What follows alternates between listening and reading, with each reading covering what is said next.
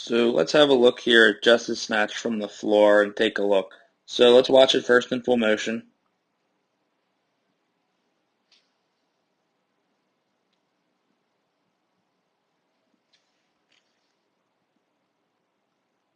So let's take a look at some of the things I see here. So off the ground,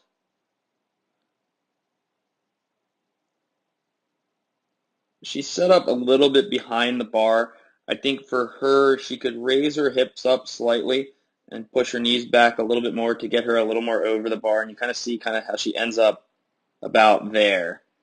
So off the ground, she starts here. This is good. Everything's tight. But as she stands up, she drifts to about there. So we would like her C to kind of like replicate that little bit higher hip angle. And we kind of see what happens when she gets to the top here. She's kind of like a little bit rushing forward, and that bar is pretty far out. So the two pieces I would work on is having her set up slightly higher. The other thing I mentioned to her, I can't see from this angle, but I think something that'll help her, we're going to look at the bar gets pretty far away from her. She needs to actively be using her lats back here to keep it close. I think a little bit of that has to do with if we look at how far this bar is over her head. I think if she widens her grip, that bar stays a little bit closer.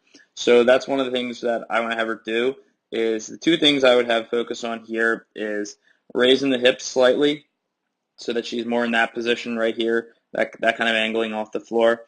And and I think she'll get a little bit better finish that she's looking for. She sets up there, and that bar being really far away, and I think if we widen out her hands a little bit, that bar is going to be a little bit closer, and I think that's kind of the key there. If we look at her, let's see, the footwork's pretty good. I mean, she could be a little, she could shuffle out a little bit more, but I think if we make some of those changes, she's going to have a little bit more power into that position. So there's just Snatch.